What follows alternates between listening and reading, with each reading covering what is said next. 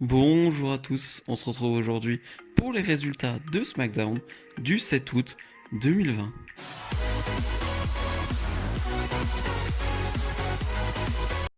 On débute avec une petite Firefly Funhouse vraiment très courte où Bray Wyatt nous rappelle un peu les faits, ce qui s'est passé avec Alexa Bliss la semaine dernière, et il nous dit tout simplement que c'est la faute de Braun Strowman, comment il a pu laisser le monstre s'attaquer à quelqu'un dont il tient réellement, et il nous dit que tout ce qu'il a à faire, c'est lui donner ce qu'il veut, et ce qu'il veut forcément, c'est le titre universel. Donc voilà, c'est une petite Firefly Funhouse pour commencer ce SmackDown, j'ai envie de dire, j'allais dire le petit SmackDown, non, mais voilà, c'est juste pour te mettre dans le bain directement. On te montre la Firefly Funhouse, on te montre tout ce qui s'est passé entre Wyatt et Strowman, avec Alexa Bliss qui est intégré dans le programme. Voilà, on commence ce SmackDown, on est dedans. Matt Riddle face à Sheamus. Sheamus qui lui vient de finir sa feud contre Jeff Hardy qu'il a perdu. Matt Riddle qui lui commence une feud avec Baron Corbin et Shorty G, qui s'est un peu incrusté, qui s'est un peu mis dedans la semaine dernière. Et on a vraiment un super match entre les deux. Ça marche super bien entre les deux. C'est peut-être le meilleur match de Sheamus depuis un long moment, depuis son retour, je pense.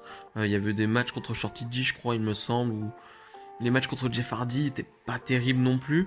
Mais je trouve que le match fonctionne très bien et que Sheamus euh, est bien dans ce match. Voilà, je trouve souvent que Sheamus c'est bon, mais ça reste bon basique. Mais là, dans ce match face à Riddle qui a toujours ce feu en lui, et ben ça fonctionne très bien. Donc on a vraiment un bon match qui est assez long. En plus, on leur donne vraiment du temps, presque une quinzaine de minutes, je dirais. Mais comme d'habitude, il faut que ça se termine sur une disqualification parce que Shorty G va attaquer Matt Riddle. Donc disqualification, victoire de Riddle par disqualification. On n'aurait pas pu juste finir ce match et avoir une intervention ensuite de Chad Gable. Non, il faut que Gable arrive dans le match. J'ai rien à dire d'autre en fait, c'est comme d'habitude. Voilà, Riddle qui va vraiment détruire Chad Gable, qui va vraiment l'enchaîner. Et même Sheamus après, qui va attaquer Shorty J avec un brogue kick. Donc voilà, Chad Gable qui passe vraiment pour un con sur ce segment. Lui qui a fait un bon heel turn, on va dire, la semaine dernière. En tout cas, c'était un début de heel turn, vraiment. Là, passe vraiment pour un con. Là, il se fait détruire par Riddle, détruire par Sheamus. Super soirée pour Chad Gable, vraiment, ça n'avait aucun intérêt du coup, ce qu'il a fait la semaine dernière, c'est pour se faire détruire la semaine d'après, enfin c'est complètement con. Dirt Sheet de Miz et Morrison, ils vont un peu se moquer de Mandy Rose, ils vont faire genre une interview de la perruque de Mandy Rose avec la voix de Morrison, enfin c'est très gamin, c'est vraiment très gamin, mais c'est Miz et Morrison, j'ai envie de dire, c'était pas forcément très drôle, mais c'est du Miz et Morrison, donc je vais pas être choqué ou je ne sais pas quoi, c'est dans leur humour habituel, on va dire. Donc là, pour le coup, j'ai pas trop aimé, mais ça reste des basiques de Miz et Morrison. Ils vont avoir pour inviter Sonia Deville qui, encore une fois, nous montre qu'elle est très talentueuse au micro et qu'elle a du charisme, tout simplement, parce que pour le coup, on comprend pas trop pourquoi elle a à nouveau attaqué Mandy Rose. Elle n'a pas de réelle explication, enfin, elle nous parle qu'elle l'a déjà battue physiquement 2 fois, mais que, encore une fois, elle veut la détruire mentalement, que justement, elle lui a mis tout son make-up, enfin, elle a détruit son make-up pour la détruire mentalement, elle a coupé ses cheveux parce que c'est tout ce qu'elle a, on va dire, ce physique, encore une fois. Mais c'est ce type de promo qu'elle a déjà fait. Elle essaye de se réinventer dans la promo. Encore une fois, c'est une très belle promo. Vraiment, c'est une très belle promo. Mais on comprend pas trop le but de tout ça, encore une fois. C'est-à-dire qu'on repart sur les mêmes bases qui sont bonnes, mais on l'a déjà vu. Donc c'est vrai que on sent clairement que c'est un programme qui n'aurait pas dû durer, mais on n'a pas de programme pour Sonia Deville. On n'a pas trop de programme pour Mandy Rose. On intègre Otis et Tucker avec Miz et Morrison. Voilà, Miz et Morrison qui font encore des blagues sur Miz et Tucker. Donc sur Otis et Tucker. Donc Otis et Tucker vont venir attaquer Miz et Morrison. Mais voilà, c'est un peu fouillis. Je sais pas trop si Sonia Deville va être avec Miz et Morrison ces prochaines semaines. Mais voilà, c'est un peu fouillis tout ça. Lindsay Dorado des Lucha House Party face à Cesaro. On sent que ça va être la prochaine histoire, la prochaine feud du côté de la division tag de SmackDown. Et ça me plaît énormément. Voilà, ça me plaît énormément qu'on laisse leur chance à la Lucha House Party. Il était temps, j'ai envie de dire, ils sont tellement forts, tellement bons sur le ring, que ça fait plaisir. Et Lince Dorado va nous le prouver encore une fois sur 7-8 minutes de match contre Cesaro. Alors oui, c'est Cesaro en face, donc tu peux mettre n'importe qui, t'auras quelque chose de très sympa. Mais là, pour le coup, bah, c'est tout ce qu'on veut en fait, c'est-à-dire ça voltige, ça va vite. Cesaro qui forcément est le gars costaud du match, arrive à faire de portée incroyable. Et voilà, c'est juste dynamique et c'est ce qu'on veut voir aussi de temps en temps des matchs de 6-7 minutes mais qu'il n'y a pas de temps mort. Voilà, il n'y a pas de temps mort et c'est juste divertissant sur le ring. Et vraiment, ça l'a été. C'était vraiment top. Au final, Cesaro va l'emporter dans un match assez court, du coup. Mais voilà, je pense clairement que ce sera la prochaine feud pour le titre par équipe et que ça peut donner un match très intéressant. S'ils nous le mettent à SummerSlam par un 2 contre 2, ça peut être excellent. Vraiment, ça peut être excellent. Le Fiend, voilà, fait son entrée. Et tout d'abord, je déteste quand Michael Cole, Corey Graves, enfin, peu importe qui c'est, parle pendant l'entrée du film. Ça m'énerve. Qu'est-ce que ça m'énerve. Alors oui, là, c'est une entrée assez spéciale. Il n'y a pas de public, il n'y a pas d'ambiance. Mais ça reste dark, ça reste très sombre, ça reste le Fiend. Ça doit être un moment important, son entrée. Et il parle pendant l'entrée. Ça m'énerve énormément. Mais bref, il fait son entrée. Et sur le ring, il y a déjà Alexa Bliss. Et il va y avoir une sorte de moment entre Alexa Bliss et le Fiend. On se dit qu'il va lui reporter sa mandible claw comme la semaine dernière.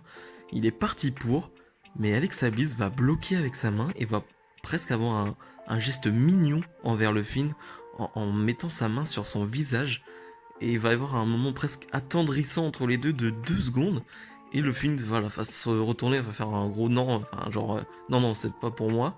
Et rien que pour ça, ouais, il y a un truc, il y a quand même un truc qui va se passer. Je sais pas ce qu'il va avoir, peut-être qu'il y aura rien du tout, mais c'est hyper intriguant.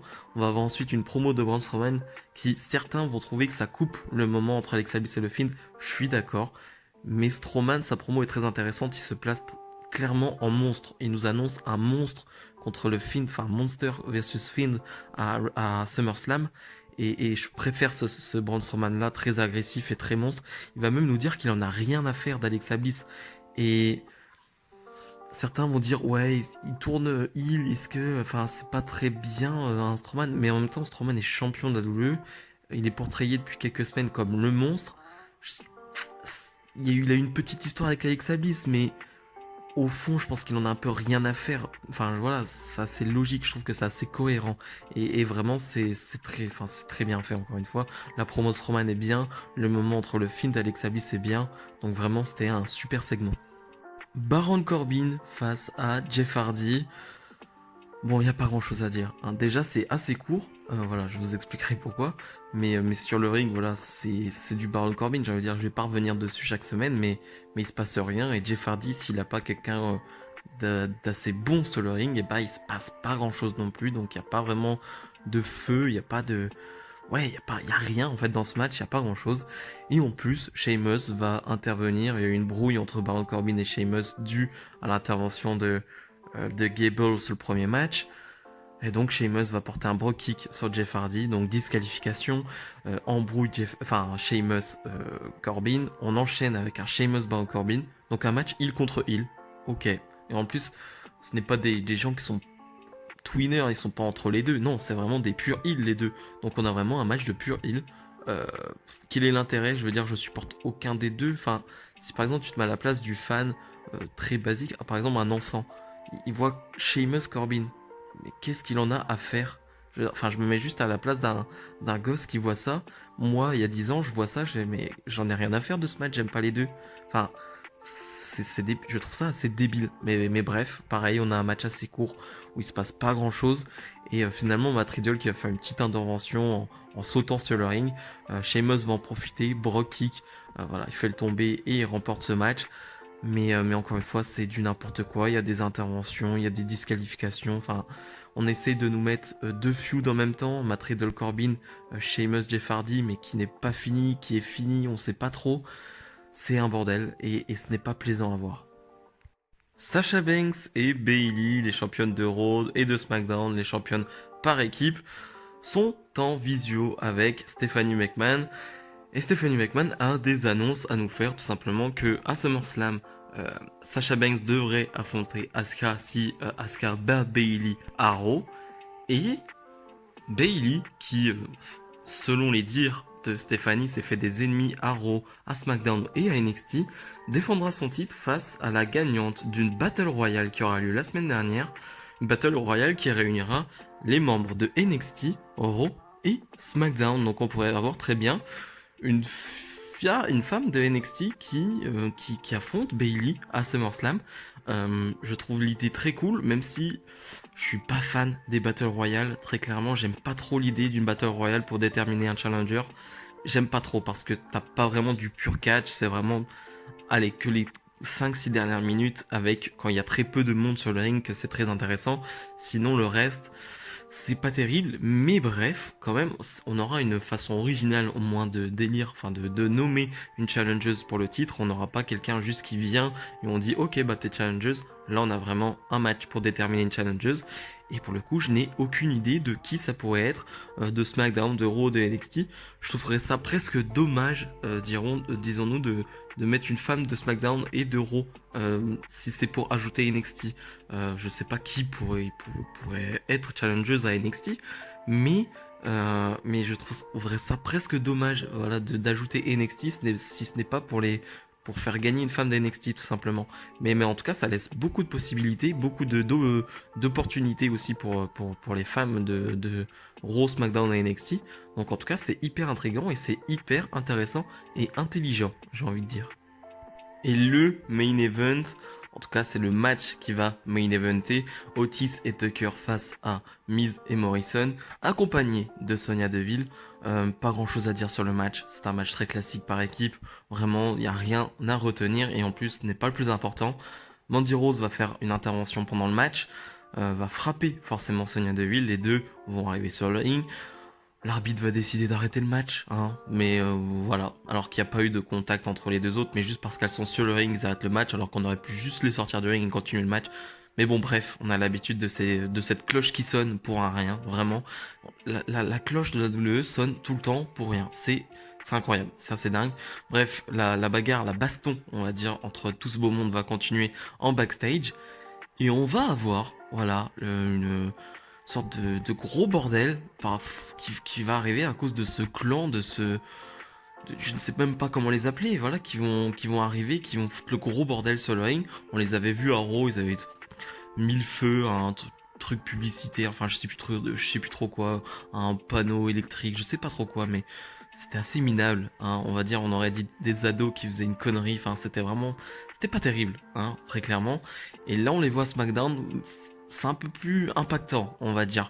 On a Corey Grace, McCall qui vont s'en aller, ils vont même frapper des caméramans, donc ça va être filmé avec une vue du haut. J'adore comment c'est filmé, ça va donner vraiment l'impression qu'il y ait une vraie attaque, en fait, tout simplement. Les personnes du public, voilà, les vont être attaquées aussi. Donc vraiment, je trouve ça cool. Et en même temps, enfin, je suis partagé parce que je trouve ça assez cool. On l'a déjà vu avec la Nexus, par exemple, qui l'a déjà fait. C'était quand même plus impactant parce que t'attaquais John Cena, c'était quand même pas la même chose. Et là, je crois qu'il y a deux femmes. J'ai l'impression qu'il y a deux femmes dans le lot. Et j'ai un peu l'impression que c'est des adolescents, ouais, qui font ça. Enfin, déjà, je vois pas de gros physique. J'ai l'impression vraiment que c'est des gens plutôt petits, assez fins. Est-ce que ça aura un gros impact, voilà, dans le futur? Et ouais, t'entends des voix, même les actions, t'as vraiment un truc d'adolescent. Donc je suis assez partagé. J'aime bien le principe d'attaque, de faire un gros choc, un gros impact. Mais ça dépend quel catcheur se cache sous ses costumes, sous ses déguisements. Enfin, c'est intriguant encore une fois, mais ça peut paraître bizarre, ça peut être une mauvaise chose quand on saura qui se cache derrière ces masques et ces costumes. Donc, je suis hyper partagé. Donnez-moi vos avis sur ce segment et même sur ce groupe, hein, dans la globalité. Moi, je sais pas trop. Bilan de ce SmackDown, j'ai trouvé ça plutôt divertissant. Je dirais pas que c'était bon ou mauvais, je dirais juste que c'est divertissant parce que euh, le film par exemple, cette fin, l'annonce de Stéphanie, voilà, ça m'intéresse. Et encore une fois, il y a le Baron Corbin, il y a Sheamus, tout ça, ça ne va pas pour moi. Mais dans l'ensemble, c'est divertissant le mot, je trouve, parce que Arrow, c'était un peu la même chose. Même si je n'ai pas encore adhéré, on va dire, au concept de Raw Underground, mais ils ont tenté des choses. Et là, tu sens que la WWE, encore une fois, tentent des choses à SmackDown et je vais pas leur reprocher ça. On leur a reproché beaucoup de fois de ne rien faire, de ne rien changer, de continuer sur leur même base. Là, ils essayent de changer quelque chose. Alors peut-être que ça sera mauvais, peut-être que ça sera bon, mais en tout cas, ils essayent de changer. Donc voilà, cette review est terminée. J'espère que cette vidéo vous aura plu. Si elle vous a plu, comme d'habitude, n'hésitez pas à mettre le petit pouce bleu et surtout à vous abonner. Encore une fois, on n'est pas loin des 300 abonnés.